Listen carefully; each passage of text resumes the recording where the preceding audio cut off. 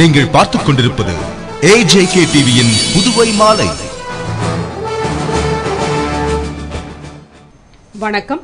புதுவையில் ரேஷன் கார்டுகளுக்கு பதிலாக smart card இன்னும் 2 மாதத்தில் வழங்கப்படும் என்று குடிமைப் பொருள் வழங்கல் துறை இயக்குநர் பிரியதர்ஷினி கூறியுள்ளார்.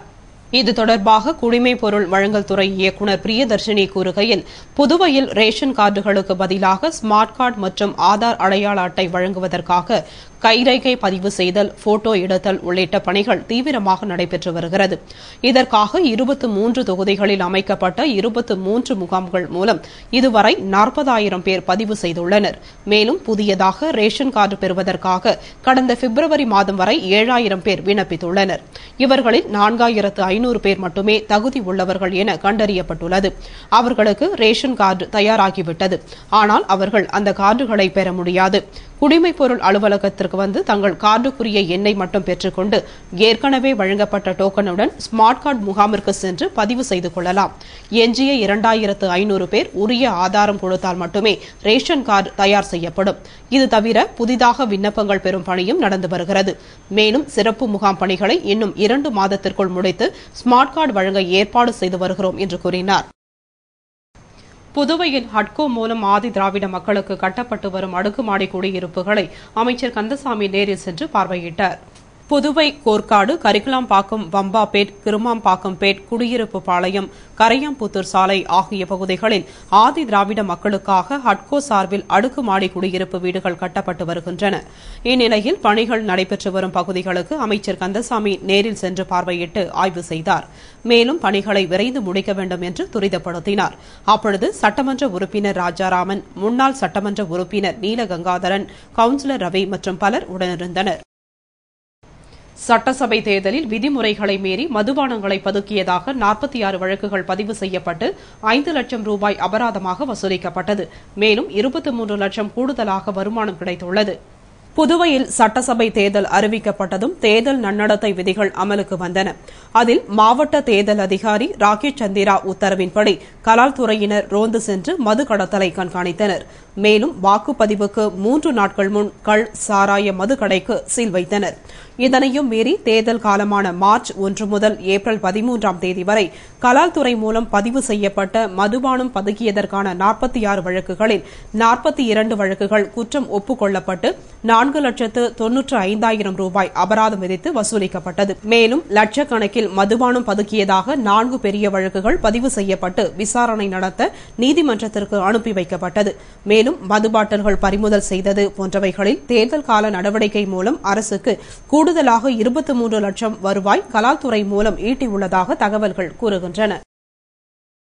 புதுவை தாவரவியல் பூங்காவில் இசை நடன நீரூற்று உல்லாச ரயில் பழுதடைந்து இயங்காததால் கோடை விடுமுறையில் குதூகலிக்க புதுவைக்கு வரும் சிறுவர்கள் ஏமாற்றமடைந்தனர்.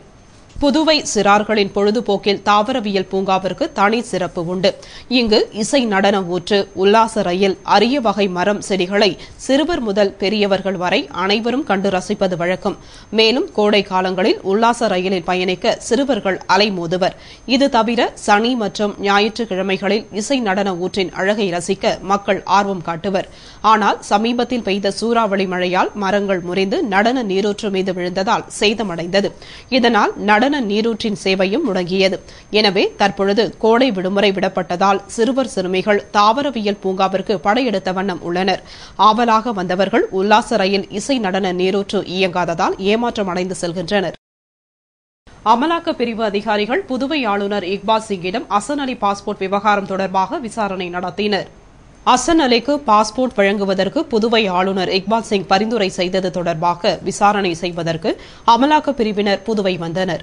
அவர்கள் ஆளுநரிடம் அசன் அலியுடன் உள்ள தொடர்பு குறித்து சுமார் 1 மணி நேரம் விசாரணை நடத்தியதாக தெரிகிறது.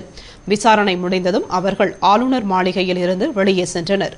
இதனைத் தொடர்ந்து ஆளுநரின் தனிச் செயலர் சீனிவாசன் நிருபர்களுக்கு அளித்த பேட்டியில் அமலாக்க பிரிவினர் 3 பேர் வந்தது உண்மைதான். அவர்கள் ஆளுநர் மாளிகையில் உள்ள மாடிக்கு சென்றனர். ஆனால் அவர்கள் ஆளுநரிடம் விசாரணை நடத்தினார்களா என்பது குறித்து எனக்கு எதுவும் தெரியாது என்று கூறினார். புதுச்சேரி அரவிந்தர் ஆசிரமத்திற்கு அருகில் அமைந்துள்ள போலீஸ் பூத் 2 ஆண்டுகளாக செயல்படாமல் உள்ளது. புதுவை அரவிந்தர் ஆசிரமத்திற்கு அருகில் சுற்றுலா பயணிகளுக்கு உதவும் வகையில் கடந்த 4 ஆண்டுகளுக்கு முன் அமைக்கப்பட்டு செயல்பட்டு வந்த காவல் துணையகம் தற்பொழுது செயல்படாமல் மூடி கிடக்கிறது. இது பற்றி பெரிய கடை காவல் நிலையத்தில் விசாரித்த பொழுது அவர்கள் கூறுகையில், பூத் தங்கள் எல்லைக்குள் இருந்தாலும் புதுச்சேரி ஆயுதப்படை போலீசார்தான் அங்கு பணியில் இருந்து வந்தனர். மேலும் அங்கு ஏதாவது சட்டம் ஒழுங்கு பிரச்சினை நடந்தால் மட்டுமே நாங்கள் தலையிடுவோம் என்றனர். இதேபோல் புதுவை ஆயுதப்படை போலீஸ் அலுவலக அதிகாரியிடம் கேட்டதற்கு இதுகுறித்து விசாரித்து நடவடிக்கை எடுப்பதாக கூறினார். மேலும் புதுவையில் பல போலீஸ் பூத்துகள் செயல்படாமல் இருப்பதற்கு காவலர் பற்றாக்குறையே காரணம் என்று போலீஸ் தரப்பில் கூறப்படுகிறது. புதுவையில் சுற்றுலா பயணிகளை அதிகம் கவர்ந்திழுக்கும் பாரதி பூங்காவில் பழுதடைந்துள்ள விளையாட்டு சாதனங்களை சீர் செய்ய நகராட்சி அதிகாரிகள் உடனடி நடவடிக்கை எடுக்க வேண்டும் என மக்கள் விரும்புகின்றனர். புதுவையில் சுற்றுலா பயணிகள் தவறாது பார்வையிடும் இடம் சட்டசபை எதிரில் உள்ள பாரதி பூங்கா. இந்த பூங்காவிற்கு வரும் சிறுவர்களை மகிழ்விப்பதற்காக சிறுவர் விளையாட்டு திடல் அமைக்கப்பட்டுள்ளது. ஆனால் இங்கு அமைக்கப்பட்டுள்ள விளையாட்டு சாதனங்கள் பெரும்பாலும் உடைந்து போய் நீண்ட நாட்களாக உபயோகப்படாமல் உள்ளது. தற்பொழுது பள்ளிகளுக்கு விடுமுறை அளிக்கப்பட்டுள்ளதால் பாரதி பூங்காவிற்கு அதிக அளவு சிறுவர் சிறுமியர்கள் வருகின்றனர்.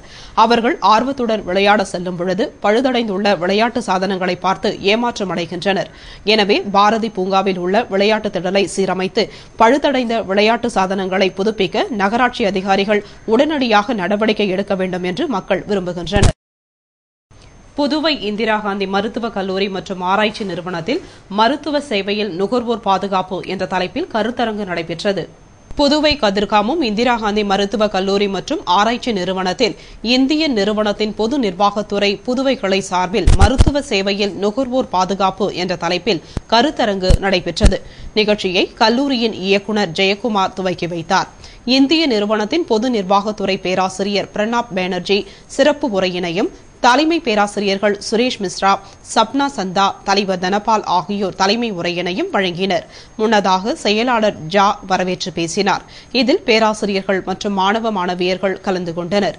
நிறைவாக பொருளாளர் நரசிம்மமூர்த்தி நன்றி கூறினார். புதுவை பிள்ளையார்குப்பம் கூத்தாண்டவர் கோவில் திருவிழாவில் திருநங்கைகள் தாலியை அறுத்தும் வளையல்களை உடைத்தும் நேர்த்திக்கடனை செலுத்தினார்கள். புதுவை வில்லியனூர் கொம்யூன் பிள்ளையார்குப்பத்தில் உள்ள கூத்தாண்டவர் கோவிலில் ஆண்டுதோறும் சித்திரை திருவிழா நடைபெறுவது வழக்கம். அதன்படி இந்த ஆண்டு கடந்த 3ஆம் தேதி கொடியேற்றத்துடன் துவங்கப்பட்ட விழாவில் திருநங்கைகள் அழகு போட்டி, தாலி கட்டும் விழா, தேரோட்டம் போன்ற விழாக்கள் நடைபெற்றது. இதனைத் தொடர்ந்து தேரோட்டம் நிறைவில் திருநங்கைகள் தாலியை அறுக்கும் நிகழ்ச்சி நடைபெற்றது. இதனை முன்னிட்டு ஆலயத்தில் பூசாரி கையால் தாலி கட்டிக்கொண்ட திருநங்கைகள் தங்கள் தாலியினை அறுத்து தேரில் கட்டினர். மேலும் அவர்கள் அணிந்து இருந்த வளையல்களை தேர் சக்கரத்தின் மீது வைத்து உடைத்தனர். இவ்வாறு குழந்தைகள் முதல் பெரியவர்கள் வரை செய்து தங்களது நேர்த்திக் கடனை பூர்த்தி செய்தனர். பின்னர் தாலியினை அறுத்து வளையல்களை உடைத்த திருநங்கைகள் ஒப்பாரி வைத்து அழுதனர். இதில் ஆயிரக்கணக்கான பக்தர்கள் கலந்து கொண்டனர். விழாவிற்கான ஏற்பாடுகளை விழா குழுவினர், அறங்காவல் குழுவினர் மற்றும் பொதுமக்கள் செய்திருந்தனர். புதுவை காமாட்சியம்மன் ஆலயத்தில் நடைபெற்று வரும் சித்ரா பௌர்ணமி உற்சவத்தை முன்னிட்டு அம்மனுக்கு ஊஞ்சல் உற்சவம் நடைபெற்றது. புதுவை பாரதி வீதியில் உள்ள காமாட்சி அம்மன் ஆலயத்தில் ஆண்டுதோறும் சித்ரா பௌர்ணமி உற்சவம் வெகு விமர்சையாய் கொண்டாடப்பட்டு வருகின்றது. அதன்படி இந்த ஆண்டும் உற்சவம் துவங்கப்பட்டு சிறப்பாக நடைபெற்று வருகிறது. நேற்று 5 வகுப்பு விஸ்வகர்மாவினர், அறங்காவல் குழுவினர் மற்றும் பொதுமக்கள் சார்பில் ஊஞ்சல் உற்சவம் நடைபெற்றது. விழாவினை முன்னிட்டு பழமையும் பெருமையும் வாய்ந்த காமாட்சி அம்மனுக்கு விசேஷ அபிஷேக ஆராதனை நடைபெற்றது. பின்னர் ஆடம்பர அலங்காரத்தில் அம்மனுக்கு ஊஞ்சல் உற்சவம் நடைபெற்றது. இதில் திரளான பக்தர்கள் கலந்து கொண்டு சுவாமி தரிசனம் செய்து அம்மன் அருள் பெற்றனர். உற்சவத்திற்கான ஏற்பாட்டினை அறங்காவல் குழுவினர் வெகு சிறப்பாய் செய்திருந்தனர். இத்துடன் செய்திகள் நிறைவடைந்தன. வணக்கம்.